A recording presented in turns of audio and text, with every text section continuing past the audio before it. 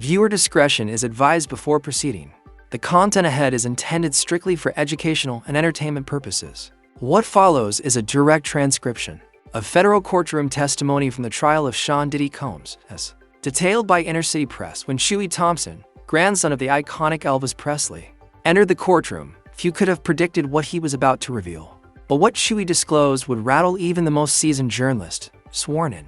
Huey alleged that Elvis had once been trapped in a hidden and horrifying underground society, one secretly ruled by Diddy's father, Melvin Combs. Huey claimed Elvis knew Melvin personally and had attended disturbing events referred to as freakoff parties. He provided startling evidence, including a never-released video showing a visibly distressed Elvis at one of these gatherings. Huey further testified that he himself had attended a modern-day Diddy party, where he witnessed something so grotesque. He physically confronted Diddy and knocked him unconscious. Diddy listened silently, but his expression said it all. His empire was unraveling. The courtroom fell into stunned silence as Huey adjusted his microphone. He wasn't a celebrity, politician, or media personality. He was a descendant, a witness, and the keeper of a long-buried truth. What he shared wouldn't just shake the trial, it would unravel decades of silence. "My name is Huey Thompson," he began. "I am the grandson of Elvis Aaron Presley, and I'm here today because my grandfather didn't die from addiction. He died from what he discovered." The power in his voice needed no embellishment. Huey started by revealing a little-known encounter from the 1970s. Elvis's introduction to Melvin Combs, father of Sean Diddy Combs. According to Huey, Melvin wasn't a fringe player in entertainment. He was a powerful figure who operated from the shadows, navigating the worlds of music, politics, and criminal enterprise. He wasn't in the pictures, Huey said. He was the one pulling the strings. Huey testified that Melvin and Colonel Tom Parker, Elvis's infamous manager, were deeply connected, bound by favors, influence, and secrecy. Melvin specialized in making things disappear, scandals, people, memories. Elvis, Huey said, became trapped. He had told Priscilla Presley about certain exclusive gatherings in LA and Miami, ones he was forced to attend. They weren't parties, they were something darker. Elvis, in spiritual turmoil, told family he felt imprisoned in a world where power was traded through blackmail and silence. His link to Melvin started in music, but it became something deeper: fear. By the time he realized what he was in, Huey said, he was too famous to leave, too scared to speak out. As Huey testified, Diddy visibly tensed. The trial was no longer about his own actions, it had become a reckoning with legacy. Huey described Melvin not as a hero, but a manipulator who juggled relationships with intelligence agencies and crime syndicates. Within the entertainment world, he didn't crave fame, he craved leverage. Using investigative records and sealed family documents, Huey detailed a disturbing pattern. He exposed Melvin's ties to various shell properties across California and Florida, locations linked to events known as Red Doors, the early prototype for what became freakoffs. At one such event, a terrified Elvis Presley was present, not as a participant, but as a pawn. He wasn't a guest, Huey said. He was bait. His star power drew others in, but he loathed every second. Huey revealed letters Elvis wrote pleading to leave the scene, many addressed to his manager. He called it a hell with chandeliers. And Melvin, he had a grin that never showed in his eyes. Huey opened a recovered journal and read aloud. "I saw a child walk into the room and a man closed the door. I couldn't move.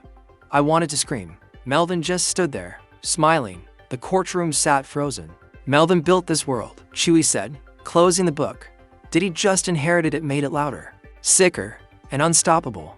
As he turned through one of Elvis's final, leather-bound journals, he read the entries slowly and with weight. The jurors listened, stunned. "If I leave, they destroy me. If I stay, they control me," Elvis had written. Melvin told me, "The camera never turns off, even when you can't see it. I saw things I can't sing about, and I don't think God will forgive me for staying quiet." These weren't lyrics, Huey told the court, they were desperate pleas. He explained how his grandfather had been manipulated into returning to increasingly disturbing gatherings. These weren't glitzy parties, they were staged collapses designed to test who would crack. Huey said Elvis was intentionally put in compromising situations. He was pumped with pills, doused in liquor, then watched and recorded from a hidden Graceland vault. Huey uncovered letters and fragments of film reels labeled with names, some still famous, some erased. And then came the footage. Huey hesitated, then handed a USB to the prosecutor. Lights dimmed, screens lit. The courtroom watched grainy footage labeled July 1974. A massed crowd swayed under candlelight in a mansion. Then the camera focused. Elvis Presley, slumped in a chair, his face pale, his eyes distant. Melvin sat beside him, grinning. Elvis wasn't performing, he was stuck. The clip showed disturbing moments, faint moans, masked figures, and a child's whisper before it cut to static. That, Chewie said, is why I'm here. Elvis didn't die of a heart attack, his heart broke from what he was forced to be part of. That black helicopter over Graceland the night he died. Now you know. Chewie looked at Diddy. And you knew, because he told you. But instead of ending it, you revived it. The room grew heavy as prosecutors resumed the tape. This time, black and white, frayed edges, burned frames. The timestamp, July 19, 1974. Location, the White House, Bel Air, not political, but ritualistic. Figures in masquerade masks danced through marble halls. This was no party. It was something ceremonial. The camera drifted into a ballroom filled with masked elites, some standing, others leading scantily dressed people through curtains. Then it paused. Elvis Presley, unmistakable, rigid in a gold-trimmed chair, sweating, eyes darting. Melvin beside him, cigar in hand, leaning in with a whisper. Elvis flinched. I want you all to understand, Chewie said, as the video froze. On Elvis's face, you're not seeing a rock icon, you're seeing a man imprisoned. He explained the tape was misfiled in Graceland for decades, hidden among fan recordings. Chewie never showed it, couldn't destroy it either, because the truth had to survive. The footage cut again to a dark hallway. A young girl passed the camera, head lowered. Off screen, Melvin's voice called her name, then silence. Gasps echoed through the court. One juror covered her mouth, another turned away. Diddy finally showed emotion. He tensed, leaned to his lawyer, whispered intensely. Chewie looked directly at him and said into the mic, you recognize that furniture, don't you? Because that's still your party house. The courtroom froze.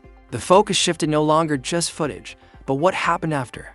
Elvis's breakdown wasn't just physical, it was spiritual. The man who once sang of heartbreak and rebellion stopped singing entirely. Inside, he was already gone. Chewie claimed Elvis tried to escape the circle after a particularly horrifying 1976 event in Palm Springs, an alleged gathering involving underage victims and powerful figures. That night, Elvis came home and told Priscilla, I saw the devil in silk sheets and he knew my name. Chewie then read from Elvis's final private journal pages never made public. One entry, dated 3 weeks before his death. Read, they offered me silence for peace, but peace isn't peace when you've seen what I've seen. They've got tapes. They've got files. They control the news. I can't fight them, but maybe one day, my blood will. Chewie said Elvis became more isolated, more dependent on drugs, not to party, but to forget. The people who promised to protect him, execs, politicians, friends, became jailers.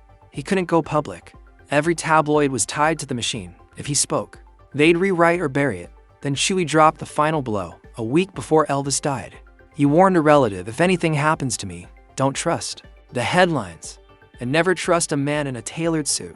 August 16, 1977. Elvis wasn't just killed. He was silenced. Elvis Presley's death was ruled a heart attack, induced by drug use, but according to his grandson, Chewie, that narrative was a convenient cover for something far darker. He wasn't killed with a weapon, Chewie testified. He was killed with fear, with silence, with secrets too heavy to carry. The courtroom held its breath. They didn't just kill a man, he said, voice shaking. They killed a witness for decades. Chewie believed the nightmare died with Elvis until 2022.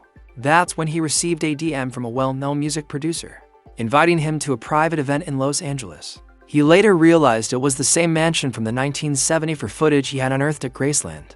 Once there, he was handed a drink he didn't ask for. Escorts whispered about the gold room upstairs, and then, through the crowd, he saw him, Diddy, center of the room, ruling like royalty, scanning the crowd like he owned every soul in it. What happened next stunned the courtroom. Chewie testified that he saw Diddy aggressively grab a young man barely legal by the arm and pull him toward a hallway. The boy looked terrified. It wasn't mentorship, Chewie said. It was control.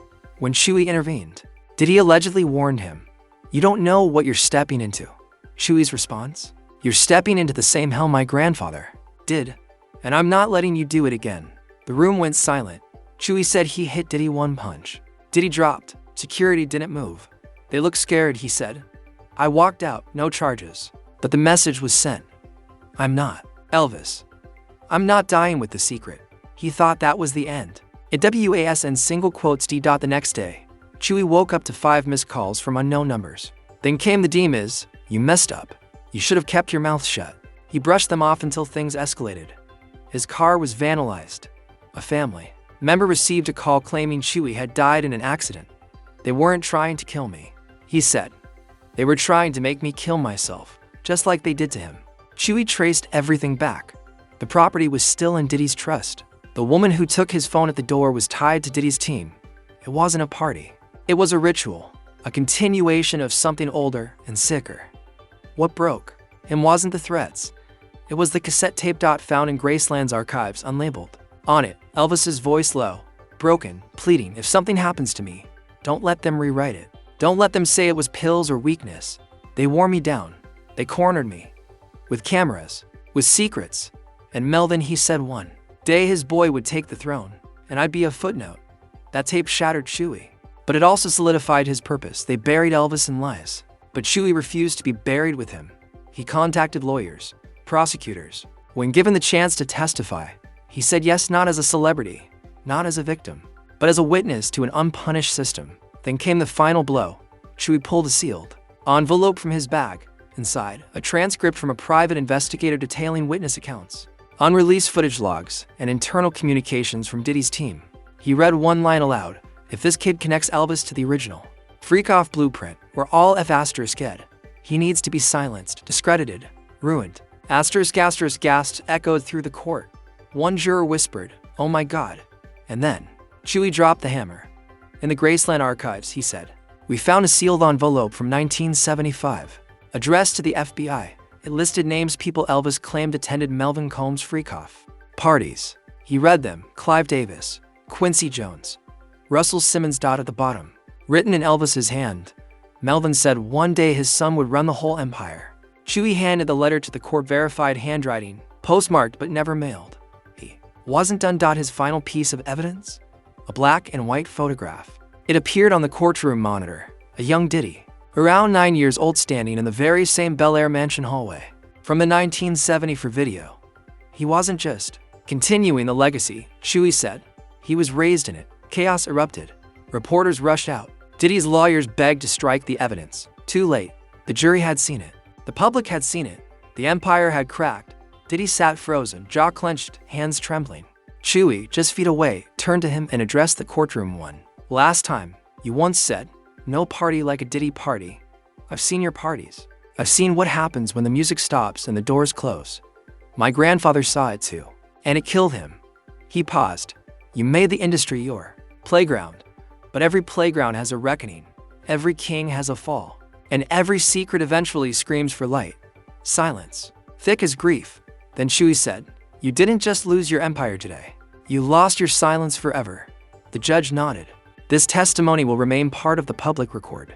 As Chewy stepped off the stand, Diddy finally looked up. Their eyes locked.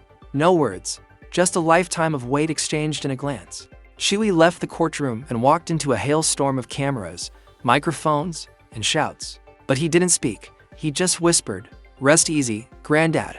We said what needed to be said. Back at Graceland, his family waited.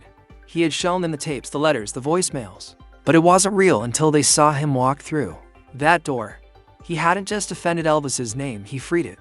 That night, Chewy stood in Elvis's music room, one hand on the baby grand his grandfather once played through sleepless nights. He lit a single candle. They didn't erase you, he whispered. They just hit pause. And then, softly, today, I press play. Behind him, a photo of Elvis smiled. Not a ghost. A legend finally heard. 1 minute.